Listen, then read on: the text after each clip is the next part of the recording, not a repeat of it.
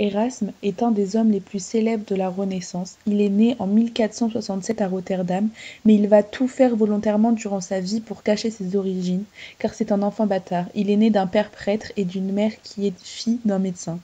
Il va étudier au collège de Montaigu, mais ses parents vont très vite mourir de la peste. Il va être confié avec son grand frère à des tuteurs qui vont s'empresser de le dépouiller de toute sa fortune et le placer avec son frère dans un couvent dans lequel il est malheureux, car il est, d'après lui, pas fait pour les ordres monastiques.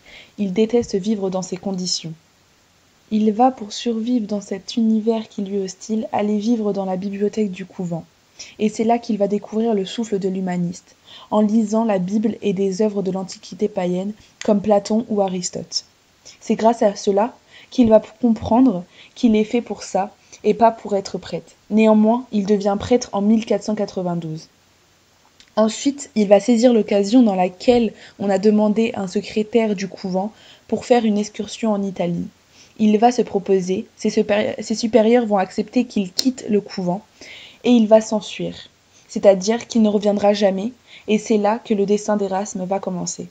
Il devient célèbre car, en sortant de ce couvent, il sait ce qu'il veut faire, revenir aux textes de l'Antiquité païenne et du christianisme. Son idée extrêmement originale va être de réécrire en latin le texte du Nouveau Testament pour que toute la population puisse la lire. Il publie ce fameux Nouveau Testament en 1516, qui est une véritable bombe dans le monde chrétien. Ça va lui créer une réputation extraordinaire dans l'Europe du XVIe siècle, qui est à ce moment-là touchée par le courant de la Renaissance. En parallèle, il va publier tous les grands auteurs de l'Antiquité, aussi bien d'auteurs païens que d'auteurs chrétiens, et il va devenir de ce fait le prince des humanistes. Érasme passe son temps à publier et à traduire.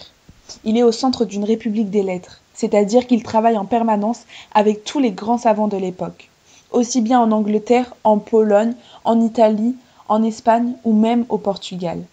Tous les grands noms de l'humanisme sont en correspondance avec Érasme, et puis même tous les grands souverains, comme François Ier ou Charles Quint. Il a aussi écrit de nombreux livres, comme L'éloge de la folie, dans lequel il critique la société de son époque. Pour conclure, Érasme était un homme qui approfondissait sans cesse ses recherches. C'était un homme d'érudition. Il a eu une vie d'humaniste cosmopolite et a beaucoup voyagé en Europe. Érasme est donc décédé en Suisse en 1536.